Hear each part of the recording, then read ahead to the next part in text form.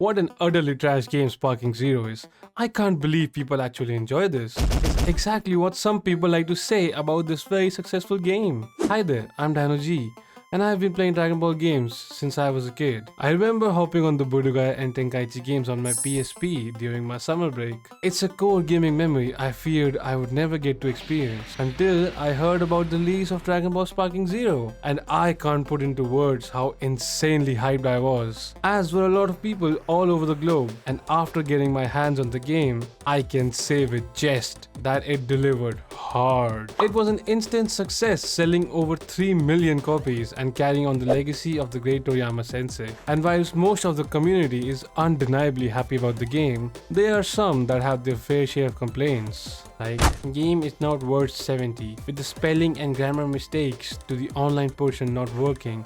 This is not a complete game. My friend spent like 15 minutes spamming a heal as some fat dude and then one comboed me with it. It honestly just felt like another Dragon Ball Z game. What a letdown. Yes, that's the whole fucking point of the game. It's supposed to be like the other games with a few new mechanics and characters. If you were expecting Goku to throw shurikens and Jiren to do sexy jutsu, you're of course gonna be let down. And I get the Yajirobe hate. It pisses me off too, but hey, game's the game.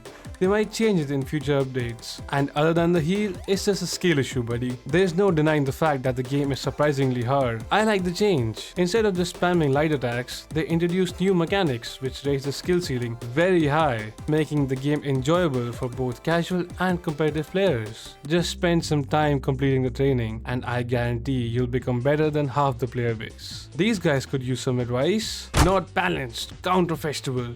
Terrible roster. This game sucks. I wish I wouldn't have bought it. Mid-air combat. Too many useless types of defenses. And I think this person speaks the truth about reviews like this. I'm too garbage. I suck at this game. I should have never bought it. Yes. We love self-aware people out here. Just go into super training, man. You'll learn to love it. This is my personal opinion, but I think the biggest selling point of this game is the great combat system. I know it pisses you off when some tryhard sweaty crunch keeps hitting those perceptions and super counters just to turn you around and slap you in the bum. But when you find an opponent with a similar skill level and you keep busting different moves, hitting those blasts and grab impacts, and start to think about your next move, that's when it feels like you're in actual combat on fucking planet Namek.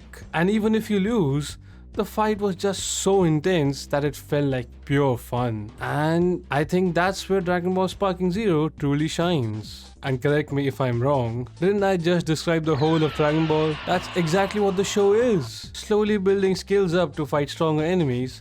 And the more you learn, the more you enjoy. That's the whole fucking plot of Dragon Ball. And this game captures it beautifully. They might have cut some corners, but they poured their hearts out when it came to the gameplay. And some people fail to recognize this. I know there are still some underlying issues with the game, but they'll fix it soon. Don't put a stop to your fun because of that. The game is fun, but lacks overall polish. No couch co-op is a crime for a game like this. Unbalanced gang. This feels like Dragon Ball Ultimate Ninja Storm Zero. Actual dog shit. You are brain dead if you pay money for this. Didn't you pay money for this? And let's talk about the elephant in the room. The difficulty of the AI in story mode. I can't help but agree with some of these comments. Bro, I let you sweat more playing the story mode than I do in ranked. It's actually baffling. The only reason I got to a good rank straight off the bat was because I decided to complete the story mode before getting into ranked. And God knows why I decided to torture myself like that. Stupid psychopath developer. I cannot beat Goku Ultra Instinct with Jiren 100 times. What the fuck are you thinking about to make low difficulty so hard? Hey yo, chill. Yeah, lets you turn on difficulty. That does fuck all. Waste of fucking money. I just wanted a Dragon Ball fighting game I could enjoy, not enrage me. Don't fucking buy the shit game. I wanted to love it, but it slapped me in the face and called me Shirley. This game makes me suicidal. Yo, someone get me this guy's phone number. The AI makes me want to nuke countries. Some people have a special place in their hearts for a certain monkey. Piece of shit, Vegeta, that's so fucking annoying. Monkey Vegeta.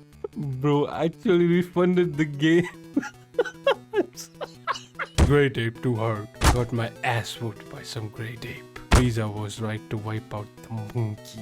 The racism against the monkeys is next level in this game. I get it. I think it's the fact that Great Ape Vegeta is one of the first fights you get into after starting the game, when you're just a newbie, and bro doesn't even flinch whilst also whooping your ass. It took me like 7 tries to finally defeat him. I had to stop and go into training to defeat this asshole. Some of the expected hate comes from the ranked community. When you just got destroyed in your online match, it's hard not to diss the game. Hell, I'm also one of these people. Remove the fucking time limit for ranked. I'm tired of whooping ass for 3 characters just for someone to be trash, but have 5 characters and run the whole time out to win. What the fuck? This is ranked. You should win due to beating your opponent, not running the whole time. Whoever uses Gogeta SSJ4 in ranked off the rip, or any character or form from start, I hope your dad beats you. It is infuriating, but hey, the game's the game.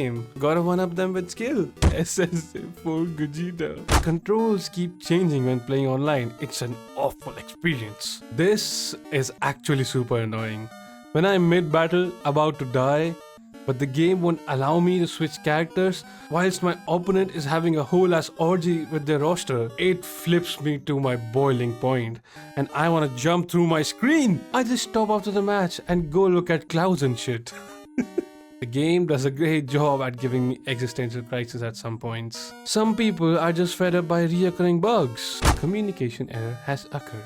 A communication error has occurred. Communication error. Playing online is impossible for a lot of people, and no fakes. The budget for this game was 62 cents and the souls of 6 interns.